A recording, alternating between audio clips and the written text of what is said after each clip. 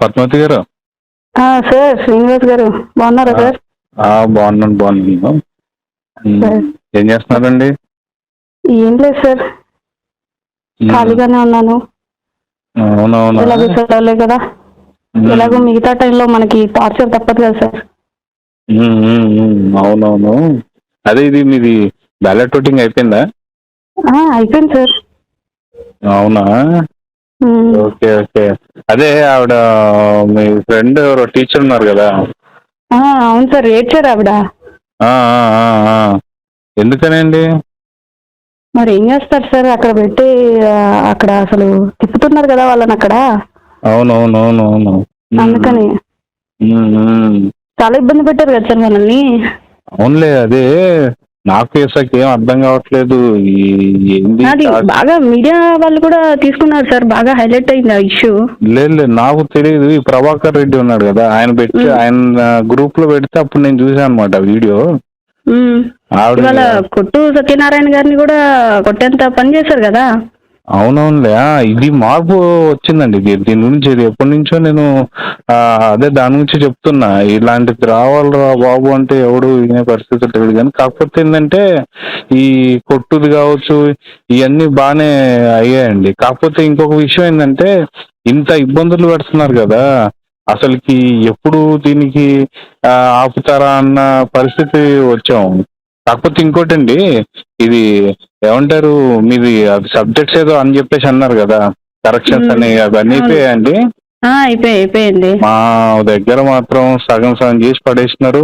అదేమి ఏమంటారు అనమాట, అడిగితే వాటితో ఏం సంబంధం లేదు, పైన డిఈఓ గారు తీసుకుంటారని చెప్పి అంటున్నాడు. అసలుకి ఏం చెప్తున్నామో, వాళ్ళ పిల్లలు ఏమి వింటున్నారో, పిల్లల జీవితాలు నాశనం అయిపోతున్నాయండి బాబు. ఈ ప్రభుత్వం వచ్చాక అన్ని నాశనం అవుతున్నాయి, ఇంకా పిల్లలు కూడా అంతే అండి. పిల్లలు కాదండి బాబు, అసలు మనకి ఆ యాప్లు ఏదేదో ఇచ్చారు, యాప్ల్లో ఏం జరుగుతుందో తెలియదు, ఏం చేస్తుందో తెలియదు. పొద్దున్నే టాయిలెట్ ఫోటోలు అంటాడు, ఫేస్ కు సంబంధించి అది అంటారు. అదండి, మనకి ఇలా కావాల్సిందే కదా. మనము లాస్ట్ టైము ఏమనుకున్నాము, ఒక్కటి పెడితేనే అమ్మో ఏంటి అది ఇదని అనుకున్నాము. అవును. ఇంకా ఇప్పుడు మనం అలా ఫీల్ అయిన వాళ్ళకి ఇది ఇది తగిన శాస్తేనండి. అదే నాకు ఏం అర్థం కావట్లేదు. ఏంటంటే సరేలే, ఒకటే కదా పెట్టింది అన్న దానికి మనం అప్పుడు అంత పెద్ద నిర్ణయం తీసుకున్నాం. ఇప్పుడు చూస్తే ఓ పక్కన బయోమెట్రీ ఏంది, ఫేస్ కు సంబంధించింది ఏంది, ఇది కాకుండా అసలు ఆ బుక్కుల్లో సార్ సిలబస్ వీళ్ళ టీచర్లకి వీళ్ళకి ఇంగ్లీష్ రాదు, ఏది రాదు. మందు షాపుల దగ్గర మీరు ఉండలేదా? మందు షాపులు ఏందండి బాబు, మందు షాపులతో పాటు నన్ను ఎక్కడెక్కడి నుంచో పెట్టారనుకున్నారు ఆ టైంలో. కరోనా టైంలో అండి, అసలు తీసుకొచ్చేసి మందు షాపుల దగ్గర నుంచో పెట్టడం ఏందండి టీచర్లని. అదే అండి, మన టీచర్స్ చేయని పని అంటూ లేదు. ఇంకా రేపు నిజంగా వచ్చాడంటే ఇంకేం చేపిస్తాడో అని అందరికీ అదే భయం ఉంది. అది కాదు, మందు షాపుల దగ్గర నుంచో పెట్టడంతో పాటు ఆ సినిమా థియేటర్ దగ్గర తీసుకొచ్చి నుంచో పెట్టాడు. అసలు టీచర్లు అనుకుంటున్నాడా, ఏమనుకుంటున్నాడు, ఏం అర్థం కావట్లేదు. మీరు ఇది చూసారా, మన ఏదో కుప్పంలో ఏమంటారు, అభ్యర్థులు కాళ్ళు మొక్కుతున్నారు. మొన్న పోయినసారి బొత్స అన్నాడు కదా, ఏమని, మీకు కాళ్ళు పట్టుకునే నేర్పరి ఉండాలి అది ఇది అన్నోళ్ళు ఇప్పుడు కాళ్ళు ఎందుకు పట్టుకుంటున్నారండి? అంటే వాళ్ళకి అర్థమైపోయిందంట ఓడిపోతారని అర్థమయ్యేనండి. మన కాళ్ళు పట్టుకుంటున్నారు, ఏది లండన్ కి పోతున్నారని కూడా నిన్న మొన్నటి నుంచి న్యూస్ చూస్తున్నా నేను. అంటే ఇంకా ఆయనకు అర్థమైపోయినట్టుంది, ఇంకా మేము ఓడిపోతాం, ఇంకా మళ్ళీ ఏపీలో ఇంకా మనం కనిపించకపోతేనే మనం సేఫ్ గా ఉంటామని అర్థమైనట్టుంది. అది కాక ఇప్పుడు టీచర్లు కావచ్చు, మిగతా ఉద్యోగులు కావచ్చు, ఇప్పుడు దీనికి సంబంధించి అందరు కూడా ఎవరైతే ఉన్నారో అందరూ కూటమికే 80%, 90%. మా వాళ్ళు అయితే మా స్కూల్ వాళ్ళందరూ మళ్ళీ ఎవరు బయట పడట్లేదు, కానీ అందరూ వేసింది అదేనండి.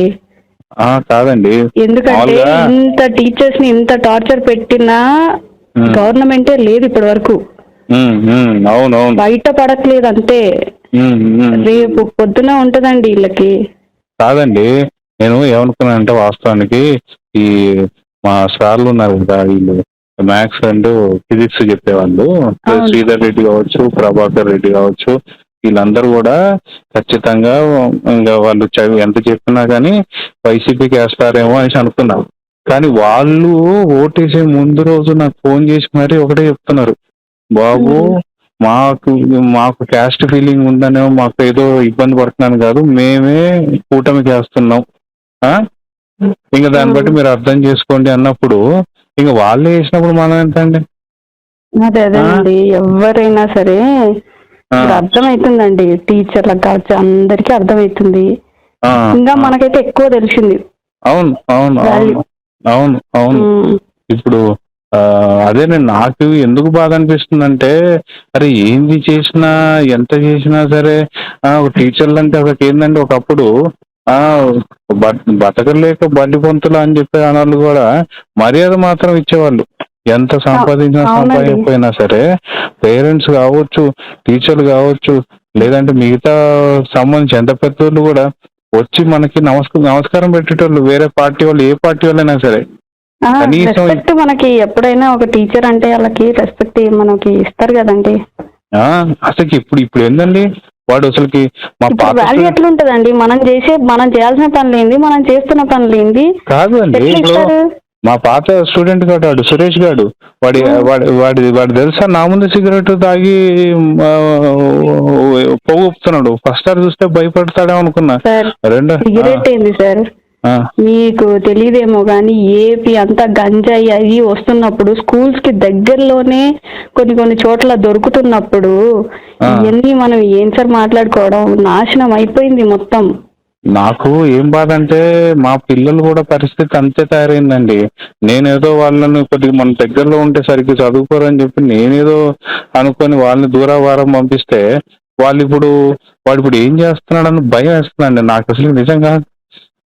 పిల్లల్ని భవిష్యత్తు తెలుసుకుంటేనే కొంచెం బాధ అనిపిస్తుంది. ఏంటి ఇక సార్ సార్ ఆ, సార్ అంత మీరు బాధపడకండి. అలా బాధ విషయం కాదు ఏంటంటే మనం కాదండి, అంటే ఇక్కడ ఉన్న పిల్లలు చూస్తుంటే పరిస్థితి ఎట్లా ఉందంటే, అదే రేపొద్దున మనం మనం ఇంతమంది పిల్లల్ని మనం కంట్రోల్ చేయం, మన పిల్లలు మన మాట వినరు కదా, ఏం జరుగుతుందా అని భయం అర్థమవుతుంది వేస్తుంది. సార్, అర్థమవుతుంది.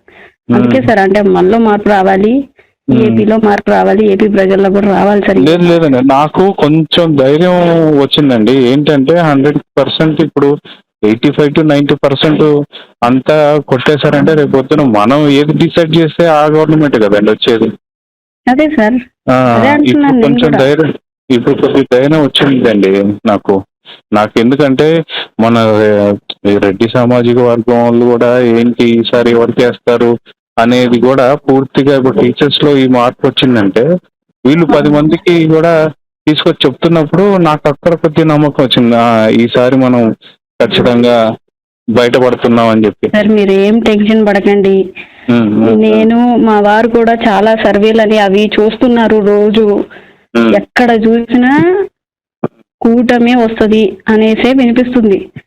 సో నేను అనుకునేది ఏంటంటే నెక్స్ట్ కమ్మింగ్ టైంలో మాత్రం మనం టీచర్స్ కి ఎక్కడ రెస్పెక్ట్ తగ్గకుండా మీరు ఇలా బాధపడకండి, ఏమీ కాదు, కూటమి వస్తుంది, మనం ఇంతకు ముందు ఎలా ఉన్నామో అలా ఉండబోతున్నాం.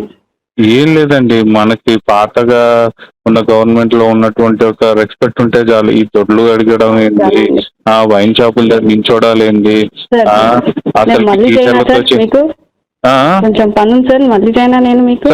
సరే సరే, అలా బాధపడకండి సార్, మనకి మంచి రోజులు వస్తున్నాయి. అదే అదే చూద్దాం మేడం, మన దగ్గర మార్పు వచ్చిందంటే ఇంకా అక్కడ కూడా మార్పు వస్తుంది కదా. సరే అండి.